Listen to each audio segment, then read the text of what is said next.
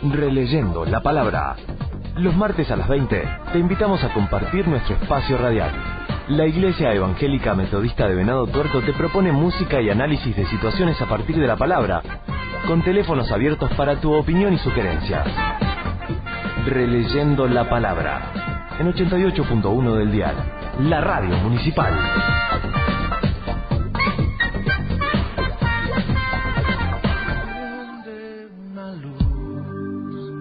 Déjala brillar, la luz de Jesús, que brilla en todo lugar, no la puedes esconder. Al contemplar las montañas me pregunto, ¿de dónde vendrá mi ayuda? Mi ayuda vendrá del Señor, creador del cielo y de la tierra. Nunca permitirá que resbales, nunca se dormirá el que te cuida. No, Él nunca duerme el que cuida de Israel. El Señor es quien te cuida, el Señor es quien te protege, quien está junto a ti para ayudarte. El sol no te hará daño de día, ni la luna de noche. El Señor te protege de todo peligro, Él protege tu vida. El Señor te protege en todos tus caminos, ahora y siempre. Esta lectura está en el Salmo 121. Muy buenas noches, bienvenidos al programa Releyendo la Palabra de la Iglesia Evangélica Metodista de Venado Tuerto, cuyo templo está ubicado en Belgrano y Marconi. Hoy es martes 13 de octubre de 2020 y seguimos grabando en casa. Mi nombre es Andrés de Fosé y me acompaña hoy Betty Gaidú y a través de grabaciones de Zoom nos acompaña Matías Cornets, autor del libro Guardado en su corazón y de la guía práctica de formación en prevención llamada Prevenir es Amar. De esta última hemos tomado el título para el programa de hoy. Voy a leer dos frases interesantes de la guía. La primera es: amar es una decisión que lleva a la acción y debe estar enfocada desde la perspectiva correcta. Y también la segunda es: me cuido para cuidar y me amo para amar. El martes 6 de octubre hicimos un primer programa donde pusimos énfasis en las experiencias de vida de Matías basándonos en su primer libro. Hoy vamos a hacer un segundo programa con Matías y si Dios quiere vamos a hacer un tercero el martes próximo. Teniendo en cuenta su gran experiencia en programas preventivos educativos y asistenciales, le hicimos preguntas relacionadas a su trabajo en prevención y sus respuestas son muy interesantes. Los invitamos a volver a escucharnos a través de YouTube en nuestro canal Releyendo la Palabra y también a suscribirse al canal, a darle clic a la campanita para no perderse todas las novedades y también los invitamos a dejar sus comentarios. Hola, buenas noches. Soy Betty Gaidú y agradezco nuevamente a Matías Cornet que está presente en nuestro segundo programa con sus audios. Y haremos un tercero, si Dios quiere.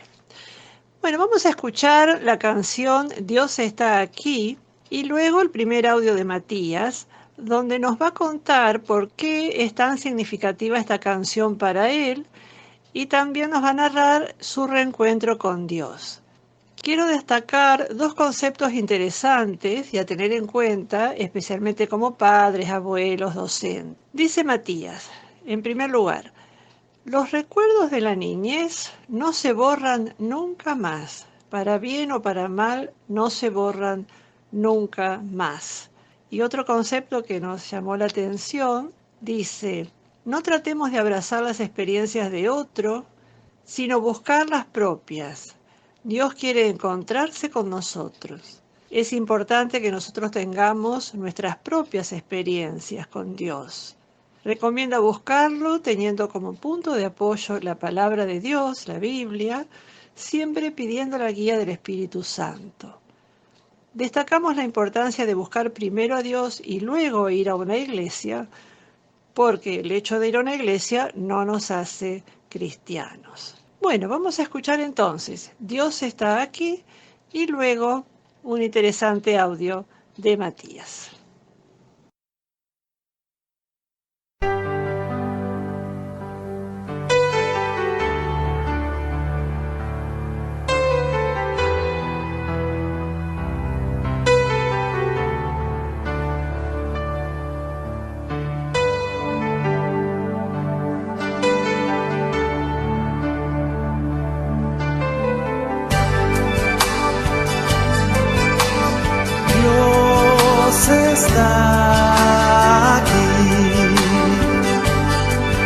tan cierto como el aire que respiro, tan cierto como la mañana se levanta el sol, tan cierto porque yo le canto y me puede oír. Dios está aquí, tan cierto como el aire que respiro, tan cierto como la mañana se levanta el sol, tan cierto porque yo le canto y me puede oír. Lo puedes sentir a tu lado en este mismo instante, lo puedes llevar muy dentro de tu corazón, lo puedes sentir en ese problema que tienes. Dios está aquí, si tú quieres le puedes seguir.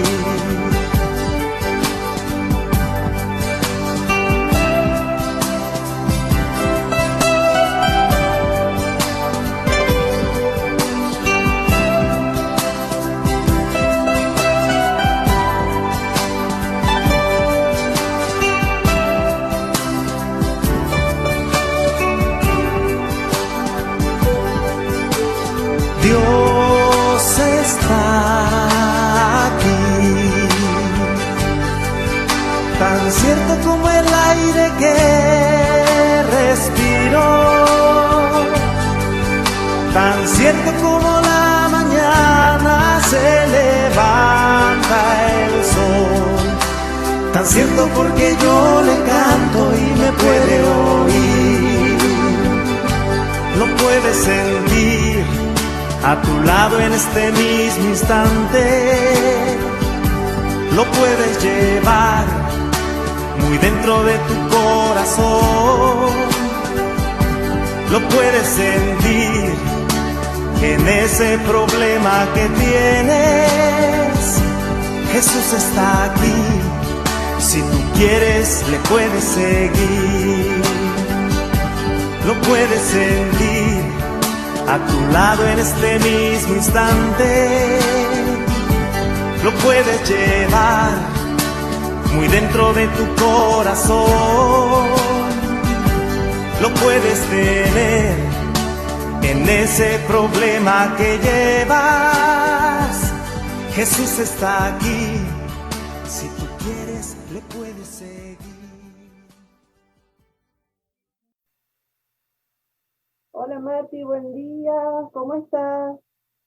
Muy bien, contento de volver a encontrarnos en este lindo espacio. Yo también. Gracias por nuevamente prestarte a compartir tu experiencia, tus experiencias de vida. Mati, recién escuchamos la canción Dios está aquí. ¿Nos contás brevemente qué significa esta canción para vos?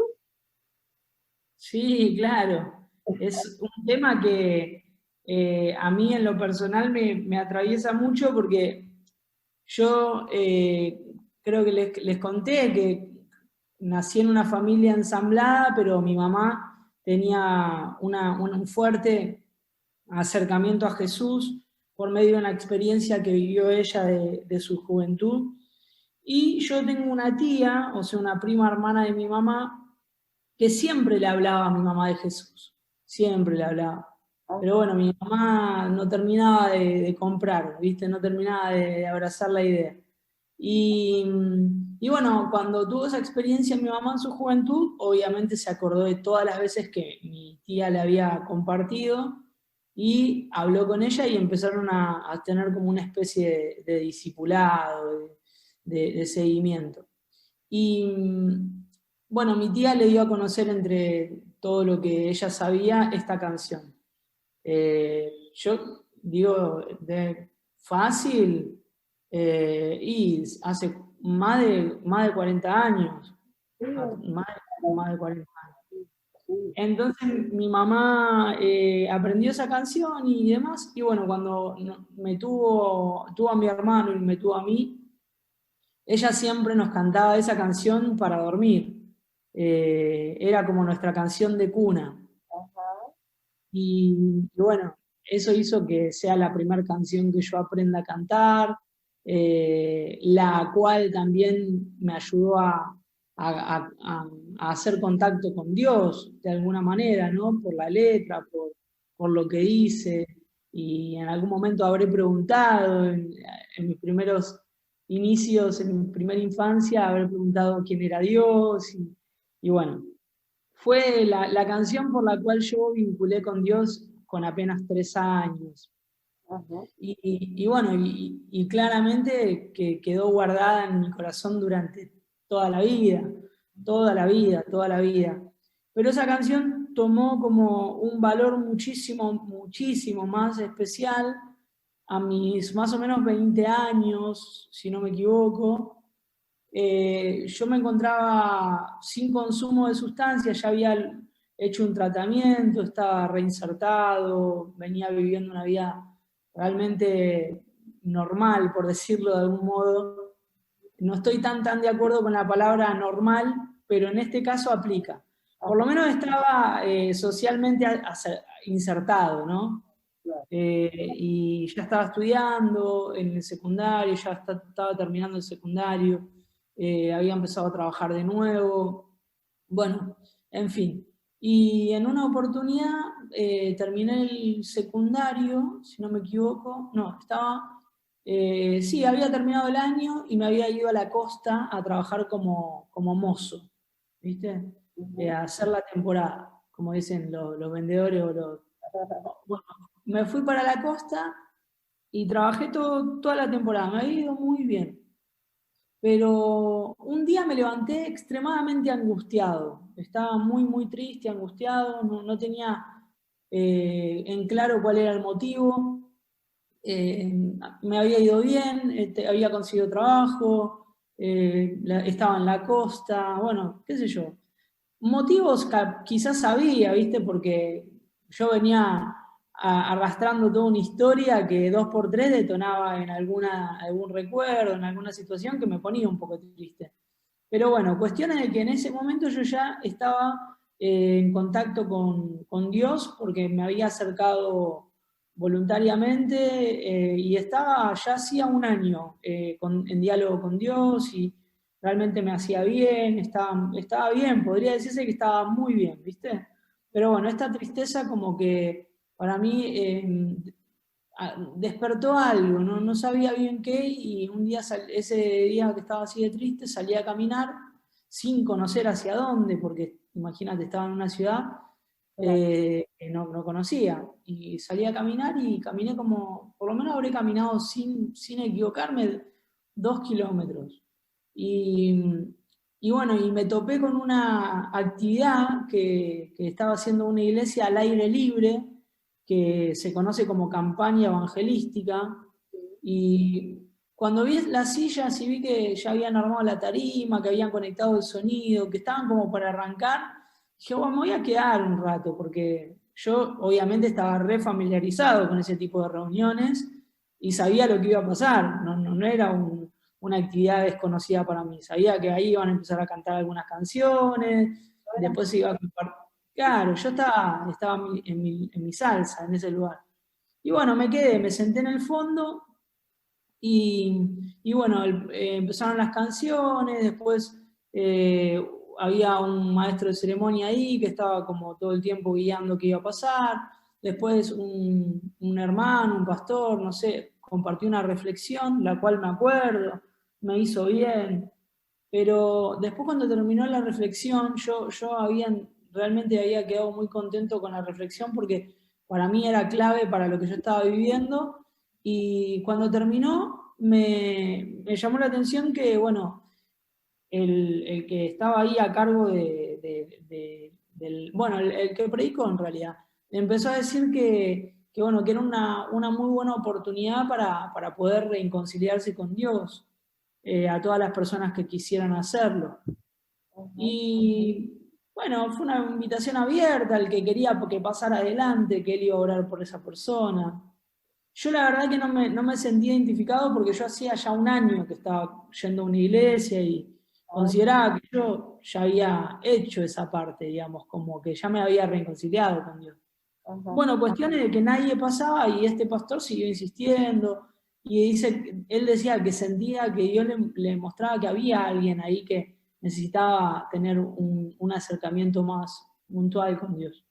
Y bueno, yo sí, seguí en mi lugar, la verdad que no me sentí identificado para nada, y volvió de nuevo por tercera vez, y viste cuando alguien te dice algo por tercera vez, es como muy incómodo, viste, ya, no sé, estás en una sala de teatro de cine y si por el altoparlante dicen que el auto tal de patente tal está mal estacionado, la primera vez lo escuché y decís, no es el mío, ¿viste? La segunda vez decís, no es la tercera vez sí, voy a ir a ver si...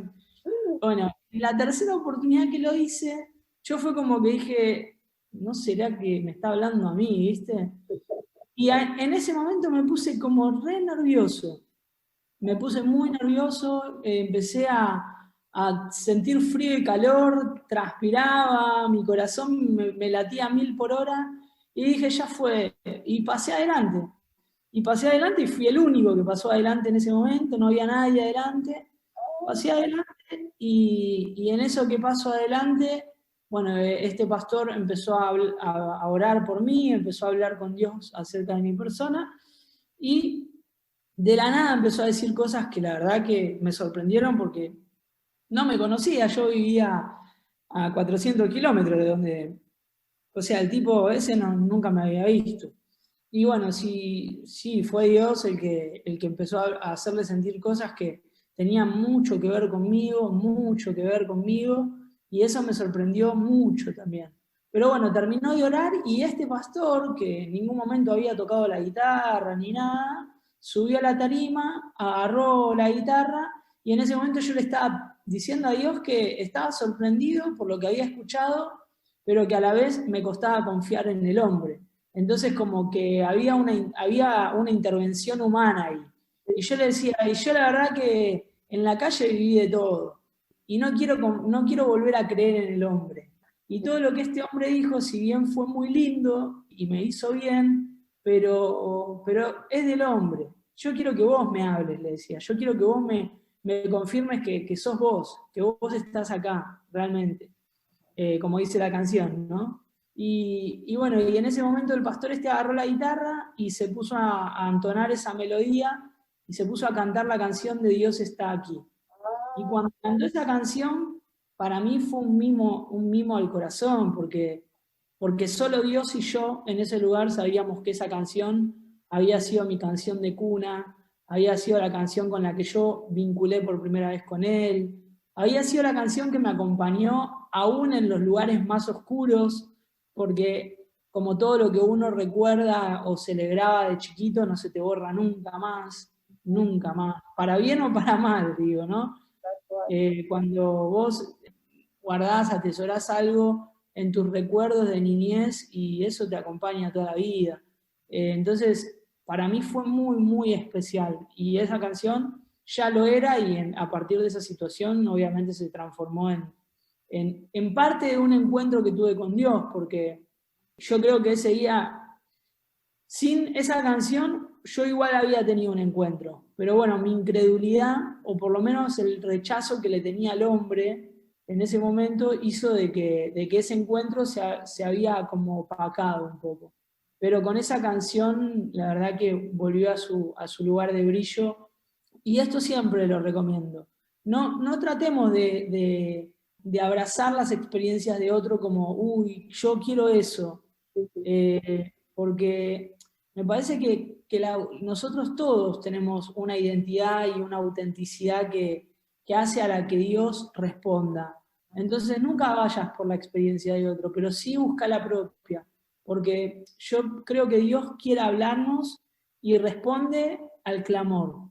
Entonces, cuando nosotros lo buscamos de todo corazón, Dios se da a conocer, porque Él quiere encontrarse con nosotros. Entonces, el consejo sería, búscalo de todo corazón. no te dejes llevar por las experiencias de otros, ni positivas ni negativas. Viví tu propia experiencia, porque a partir de esa experiencia es que creo realmente que tu fe va a ser una fe firme, de convicciones propias, porque si no vivimos la fe de otros y las convicciones de otros. Claro. Entonces es muy importante que nosotros tengamos nuestras propias experiencias con Dios. Y siempre yo, obviamente, recomiendo que tengan como punto de apoyo la palabra de Dios, porque creo que es, digamos, es la guía, digamos, más allá de que uno la puede leer y entender con la guía del Espíritu Santo, si no es un libro más. Pero la palabra de Dios es la palabra que Dios nos dio a conocer para conocer su voluntad. Entonces, guíense por ella, pídanle al Espíritu Santo que les enseñe, pero busquen con intensidad a Dios, porque Él se va a dar a conocer. Primero buscar a Dios y después una iglesia, ¿no? Porque a veces pasa que creemos que porque vamos a alguna iglesia ya somos cristianos, ya somos de Dios, y no, creo que no es así, es al revés. Vamos a una iglesia porque somos cristianos y buscamos a Dios en la comunidad también, ¿no? Pero primero lo tenemos en nosotros. Le preguntamos a Matías, ¿qué tuvo que ver Dios en tu recuperación? Ahora nos va a contar cómo fue su recuperación de las adicciones. Él va a hablar de la importancia de tener en cuenta los propósitos de Dios para nuestra vida. Sí, bueno, yo creo que les había contado que hice un tratamiento de manera obligada del consumo problemático de sustancias por un delito que había cometido, faltando a las leyes del menor, y bueno, para resolver esa situación, realmente, más allá de la causa, por decir de algún modo, la realidad es que mi estado de salud era bastante crítico.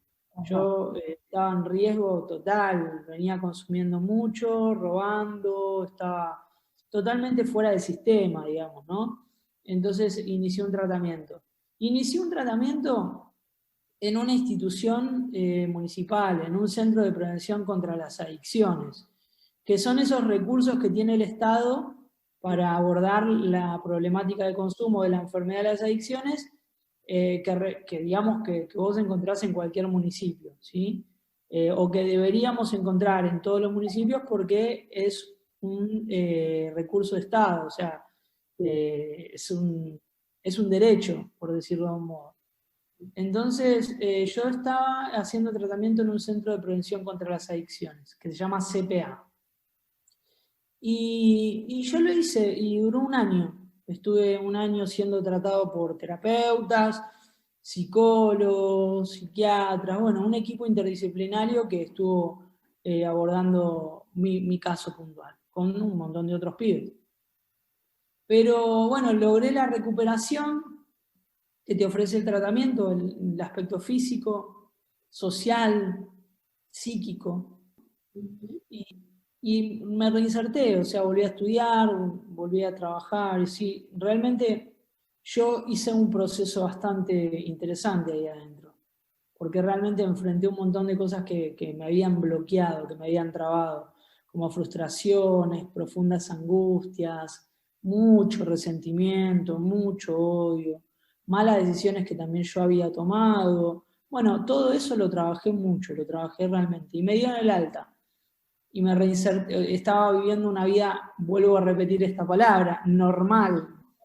El tema es que yo, más allá de que estaba recuperado y que ya no habían drogas en mi vida, yo seguía sintiéndome insatisfecho. Era como que no podía decir que estaba plenamente feliz.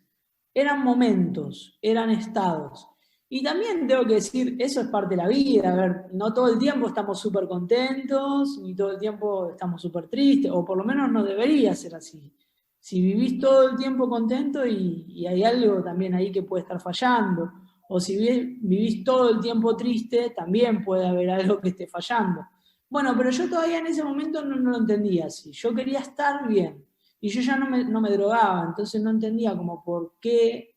Claro. Si estaba en el colegio y me iba bien, jugaba al fútbol y me iba bien, por ahí salía con una chica, me iba bien. Bueno, todo lo que hacía me iba bien, pero después cuando terminaba volvía a sentirme como triste, vacío, angustiado. Y bueno, eso fue lo que me llevó a hacerme fuertes preguntas existenciales, ¿no? Como, ¿y cuál es el sentido de la vida? ¿Para qué estoy acá? O sea, ¿cómo continúa esto? Preguntas que realmente eran muy difíciles de responder. Que hay gente que se las hace, pero años, eternamente, en terapia, por ejemplo.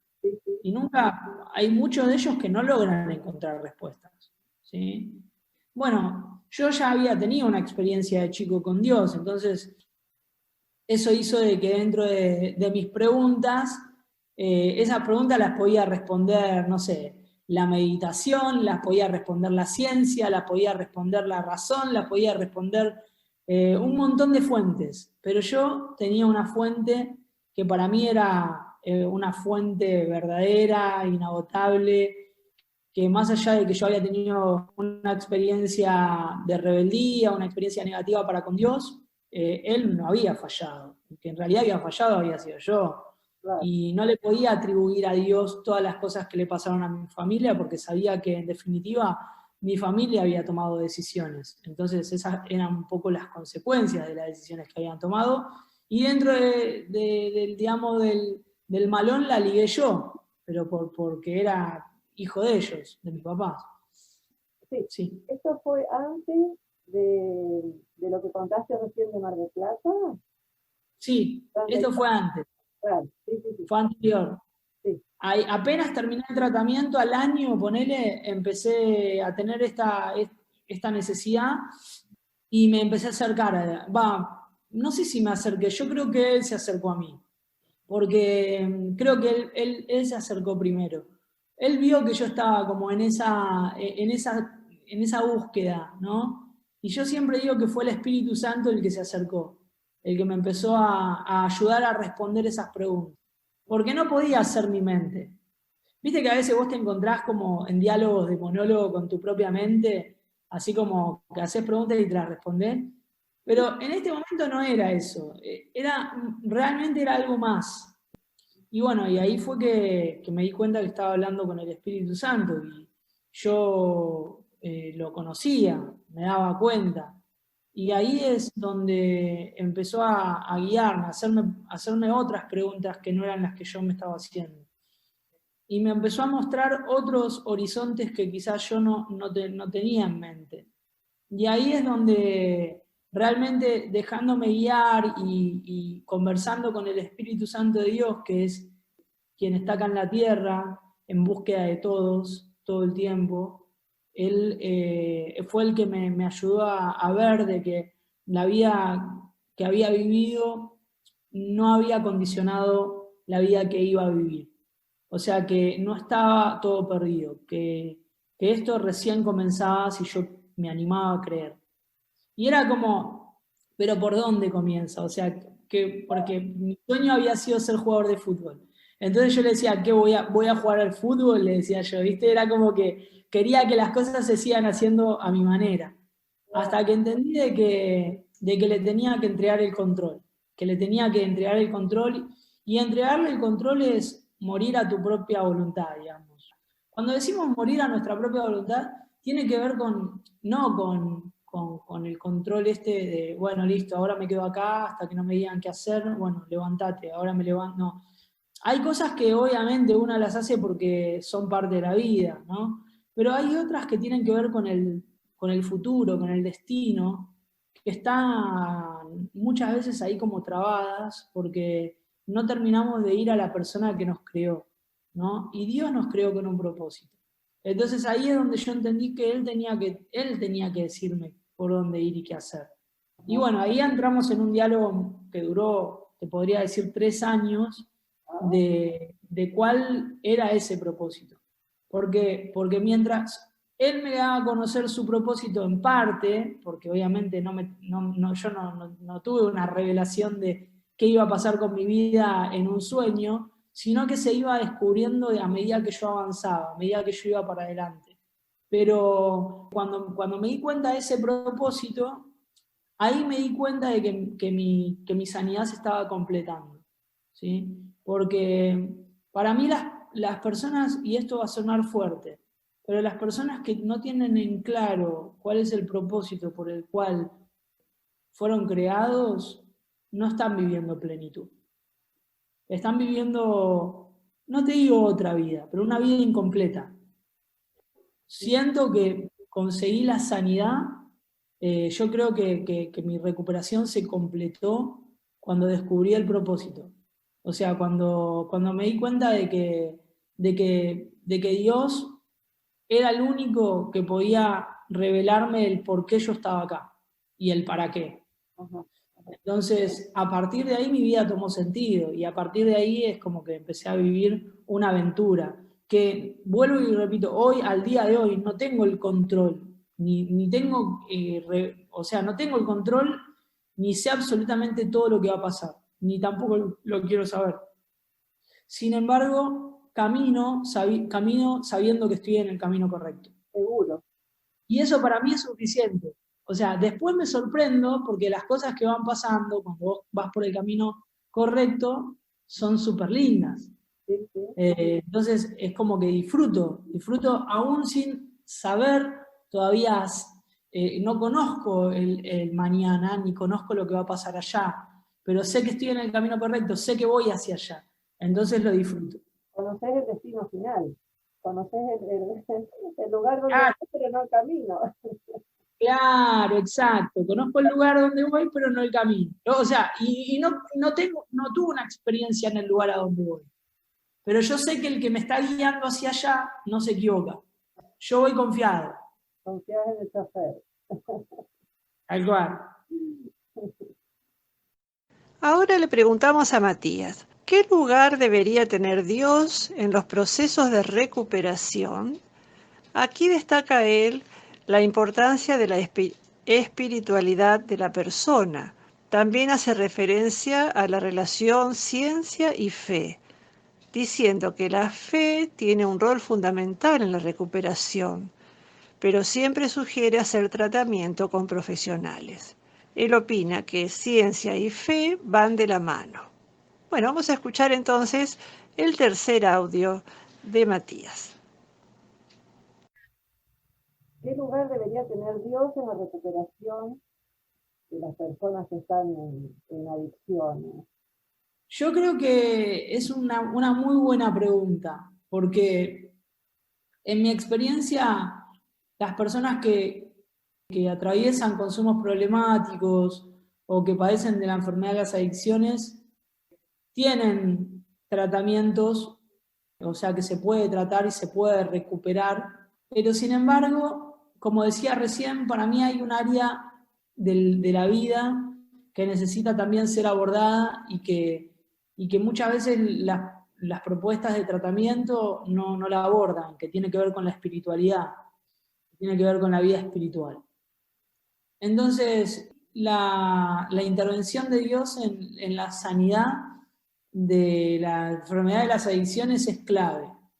Hay quienes no creen que las adicciones puedan ser curadas, por decirlo, ¿no? Que tengan la sanidad completa. Es una enfermedad crónica, es una enfermedad para toda la vida. Entonces, consideran de que tiene tratamiento pero no cura. Ahora yo, conociendo a Dios y su sobrenaturalidad y su soberanía, creo en la sanidad divina. ¿Sí? Yo creo en la cura total, pero bueno, también reconozco que es una enfermedad crónica, como lo puede ser cualquier enfermedad, digamos, de física o psíquica, crónica, a la cual Dios pueda sanar. No va a ser la primera vez que Dios sane a un esquizofrénico o a una enfermedad mental o física, oncológica, el corazón. Siempre Dios ha hecho milagros. Entonces yo creo en los milagros, creo que Dios puede hacer un milagro y sanar por completo a una persona. Pero lo que sí siempre yo recomiendo es el tratamiento, porque para mí no puede faltar ni la ciencia ni la fe. Para mí van de la mano. Por un lado, hacer el tratamiento y darle lugar a Dios a que sane por completo tu corazón. Por otro lado, dale lugar a Dios a que sane completamente tu corazón, y si lo hizo, llámese campaña, llámese iglesia, igual hace el tratamiento. Claro. Igual hace el tratamiento. ¿Por qué? Porque así como digo de que hay áreas a las que, y acá voy a decir algo que también puede sonar fuerte, pero así como digo de que los tratamientos no pueden desplazar a Dios, tampoco la fe puede desplazar a los tratamientos.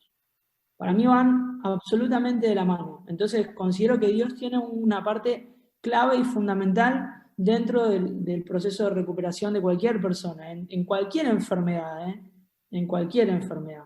Yo creo que el área espiritual es un área que hay que desarrollarla, porque inclusive la fe ocupa un rol fundamental en la recuperación, fundamental. Así que sí, creo que Dios es clave en ese proceso de recuperación de cualquier enfermedad y puntualmente de las adicciones. Voy a meter un bocadillo. Una vez escuché a un pastor, algo que me quedó grabado, y es que él decía que a veces iban personas a hablar con él, y en realidad lo que tenían era un problema físico, o a veces un problema psicológico, emocional.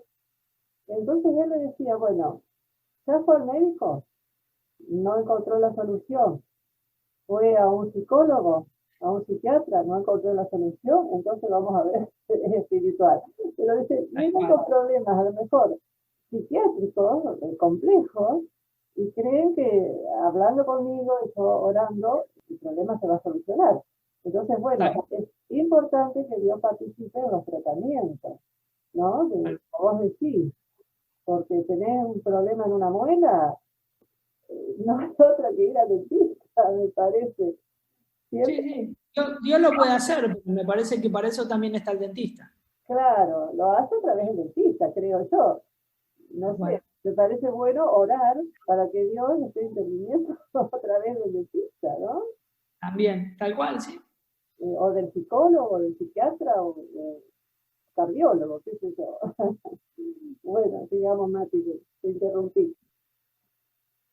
Antes de continuar con la charla de Zoom de Matías, los invitamos a escuchar El Ruso, por Santiago Benavides.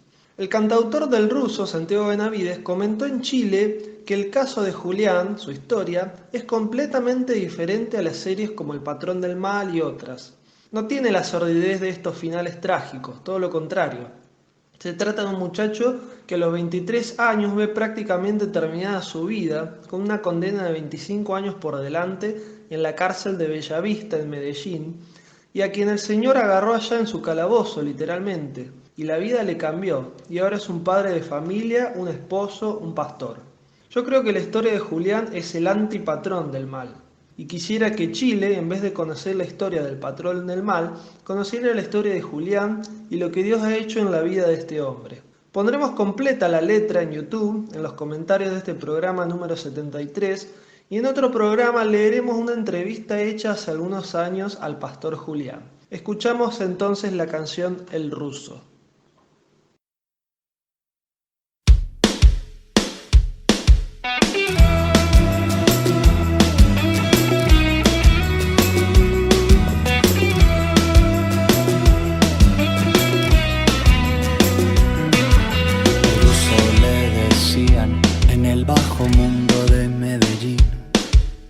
Todos los del negocio, tan solo él pudo sobrevivir. Estatura mediana, de espaldas anchas, look militar, la ropa toda de marca, colonia Jean Paul de la original. La cosa empezó de niño al cambiar el pueblo por la ciudad. Como el estudio no paga, dejó la escuela por callejear. Y como siempre en la vida, el que algo busca, algo va a encontrar. Le presentaron a un duro y de ahí pa' adelante fue criminal.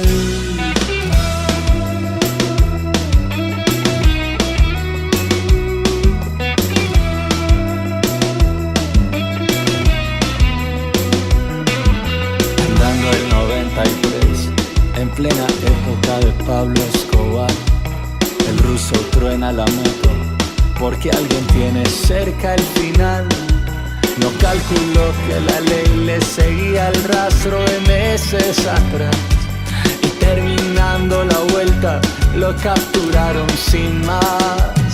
25 años de condena le dieron en Bellavista, y de pensar que sería un viejo si es que algún día salía, decidió que era mejor morir que seguir viviendo. Y en una tarde de hastío se puso la soga al cuello. Pero las cosas le salieron mal, o mejor dicho, le salieron bien.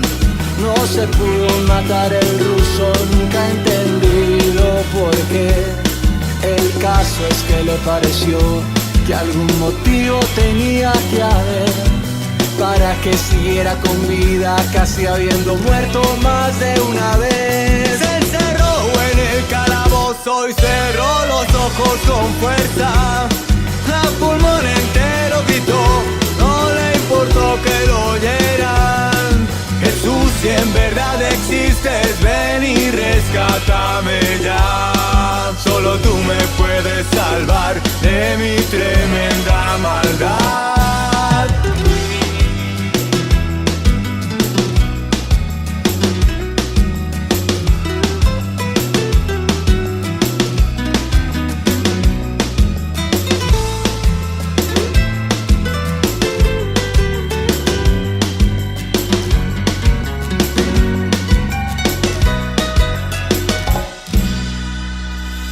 Esta historia que cuento han pasado 16 años.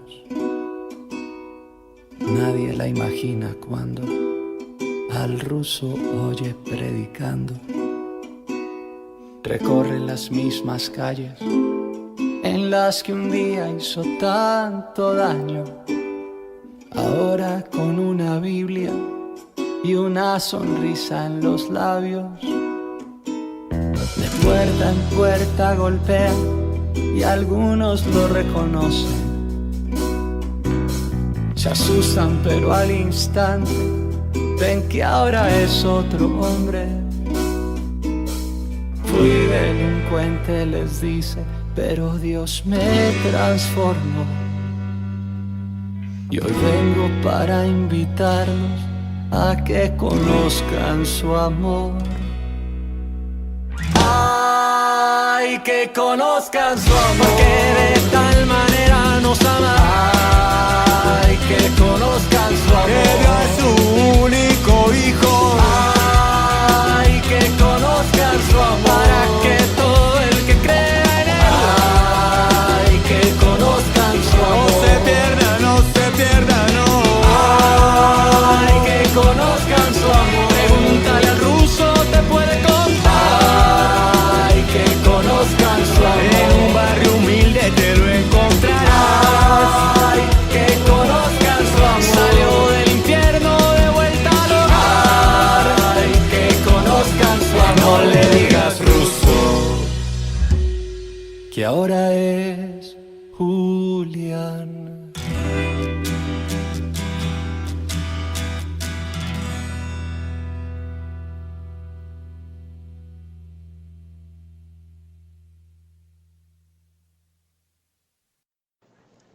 Hablando específicamente de prevención, le preguntamos a Matías qué es lo primero que tenemos que saber a la hora de intentar ayudar a una persona que está pasando por algún tipo de consumo. ¿Cómo nos acercamos a esa persona? Él aquí nos sugiere tener en cuenta 3 esferas. Primero, el subjetivar a la persona, conocer sus preocupaciones, angustias, tristezas, frustraciones, necesidades, reacciones, pensamientos, etc. En segundo, la segunda esfera sería conocer el contexto de la persona, dónde creció, con quién, sus relaciones familiares, sus valores religiosos, su educación, la situación económica, etc. Y así tendremos datos para conocer al sujeto. O sea, siempre está apuntando al primero, ¿no? Al primer punto, a subjetivar.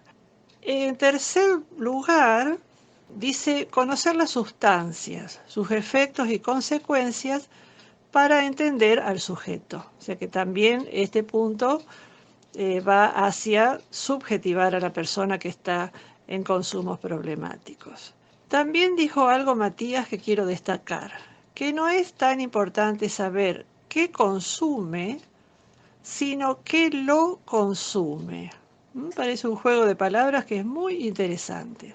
También le preguntamos qué hacer, especialmente cuando la persona que consume es cercana a nosotros, o es un familiar o un amigo. Él nos da importantes recomendaciones para estos casos. Así que escuchemos con atención el audio número 4.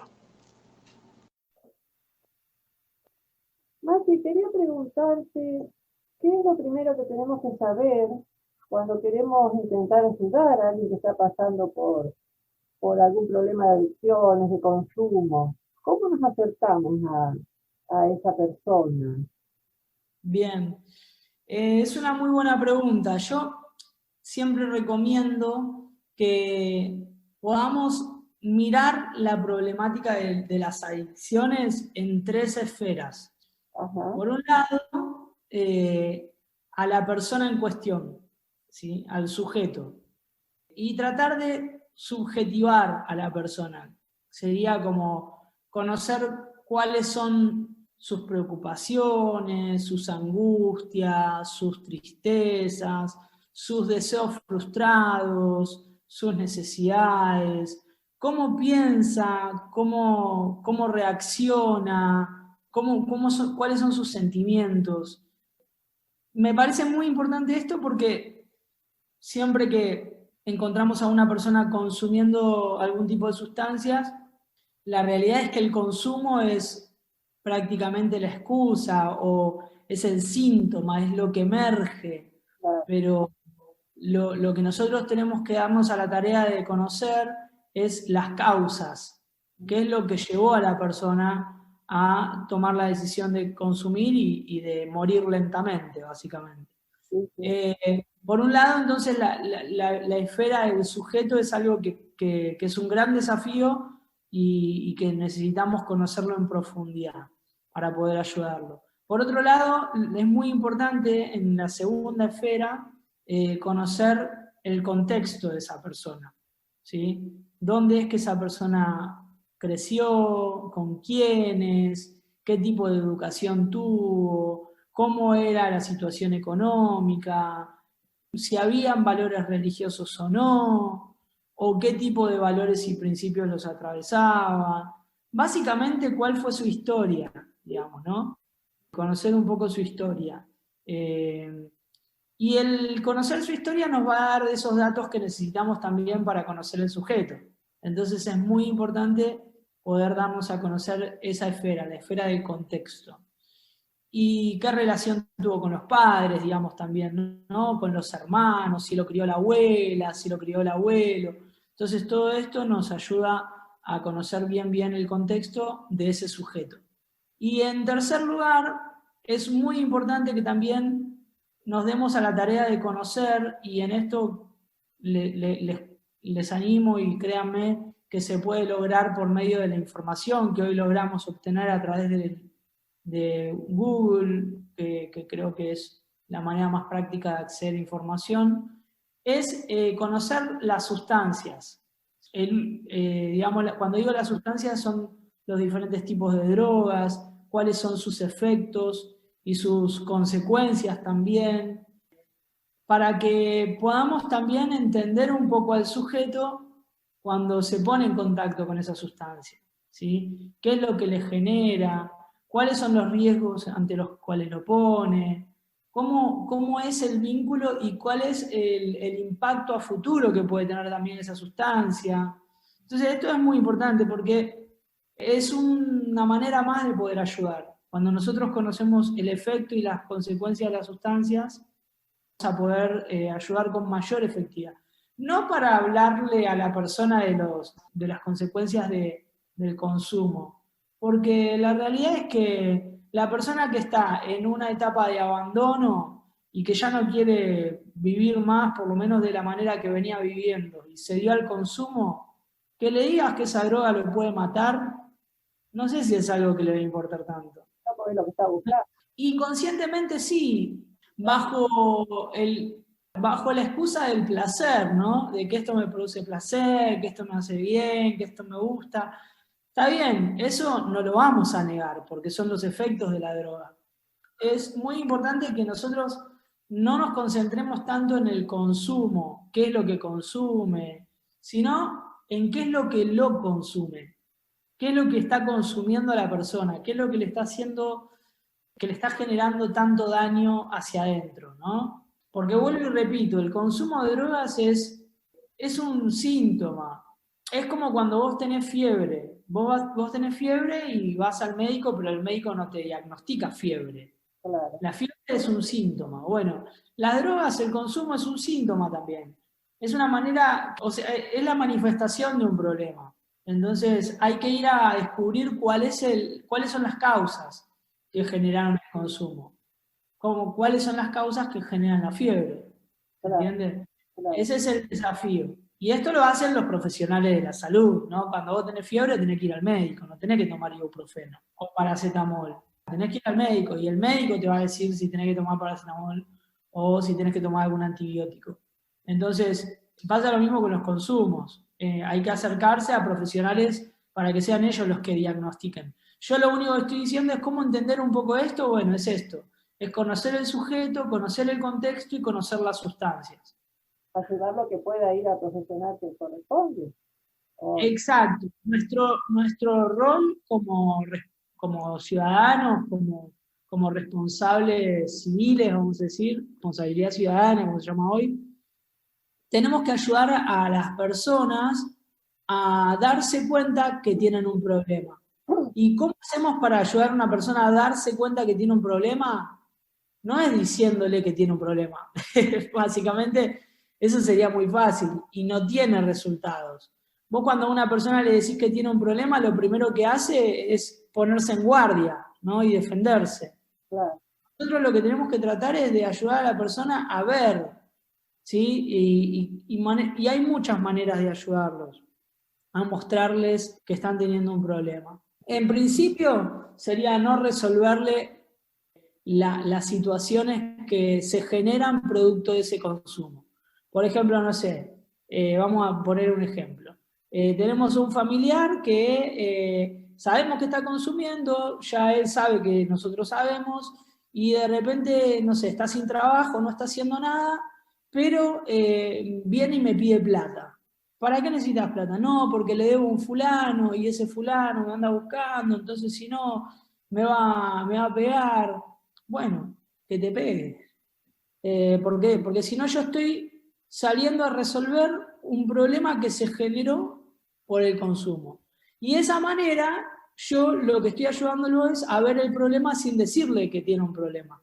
Entonces, no le puedo resolver las consecuencias. Y esto se da con mucha frecuencia porque por lo general son familiares, son hijos, son cónyuges, los que están en esa situación, y claro, hay una implicancia emocional muy grande, y eso hace que claramente ningún padre va a querer ver que le peguen a su hijo, o ningún padre va a querer ver sufrir a su hijo, entonces van a intentar amortiguarle el golpe siempre, siempre. Pero cuando se está en este tipo de planes, en un plan de consumo, evitar el golpe es como ir a jugar a los autitos chocadores y no querer que te choquen, ¿sí? No se puede evitar el golpe, porque están en un plan de riesgo. El golpe en algún momento se lo van a tener que dar. Lo que nosotros tenemos que tratar es de evitar, por un lado, resolverle el problema, evitarle el golpe, y por otro lado también tenemos que tratar de evitar que ese golpe sea mortal, digamos, ¿no? Tenemos que, en lo posible, por eso digo, cuando las personas que tienen problemas de consumo, tarde o temprano van a tener problemas físicos, sociales y psicológicos, en mayor o menor medida, porque son las tres áreas que afectan. Y esto está, digamos, argumentado por la Organización Mundial de la Salud. Después hay otras áreas que para mí también se afectan, pero que bueno, que se desprenden de ahí, que podría ser el área económica, el área emocional, el área espiritual, se afectan. Pero señalando solamente el área física, mental y social. La persona que padece de consumos problemáticos va a tratar de conseguir su sustancia cueste lo que cueste. Va a poner en riesgo todo, va a poner en riesgo su cuerpo, va a poner en riesgo su salud mental, va a poner en riesgo sus relaciones.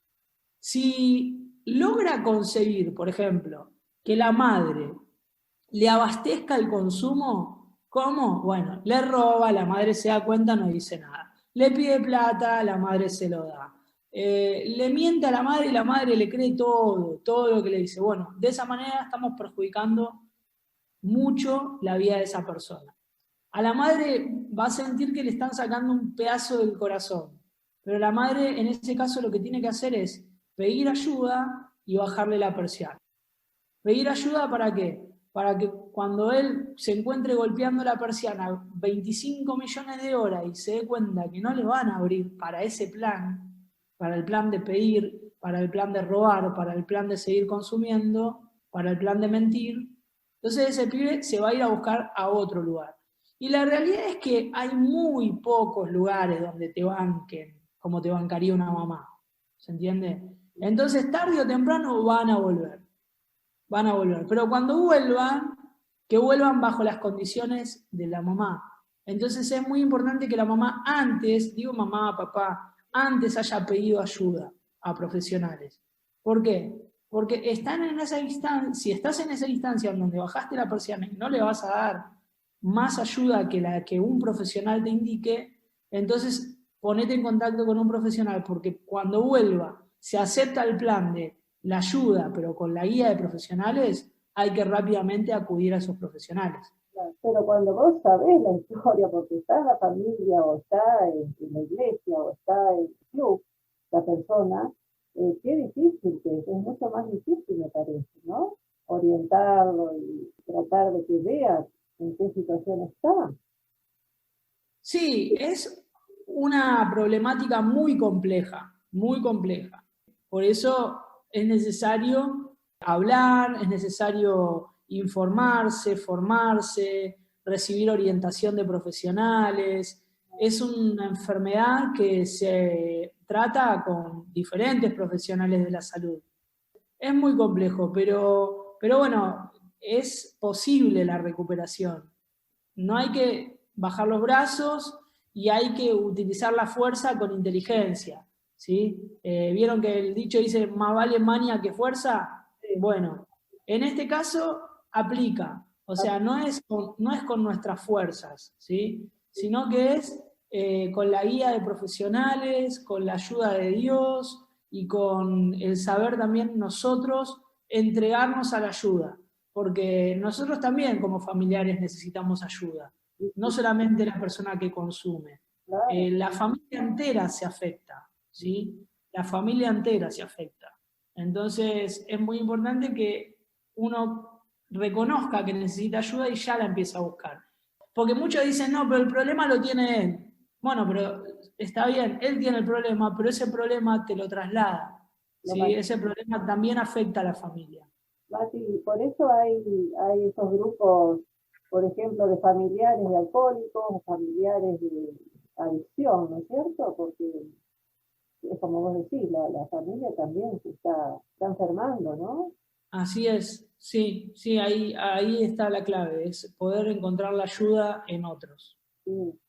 Bueno, muchas gracias por escucharnos. Me despido agradeciéndole a Matías por todo lo que él compartió con nosotros, a Radio Municipal por el espacio y a Javier, nuestro operador. Bueno, ha terminado nuestro programa. Nos despedimos, esperamos que haya sido útil y de bendición y los invitamos a escuchar el próximo programa donde finalizaremos con las entrevistas a Matías. Recuerden que estamos en YouTube, que una vez emitido por la radio subimos los programas a YouTube, al canal Releyendo la Palabra. Nos vamos pidiendo la bendición de Dios, especialmente en este tiempo tan difícil que estamos transitando, ¿no? Canta el coro virtual de Bahía Blanca, que Dios te bendiga. y hacemos nuestras estas palabras. Que Dios te bendiga. Hasta el próximo martes, si Dios quiere.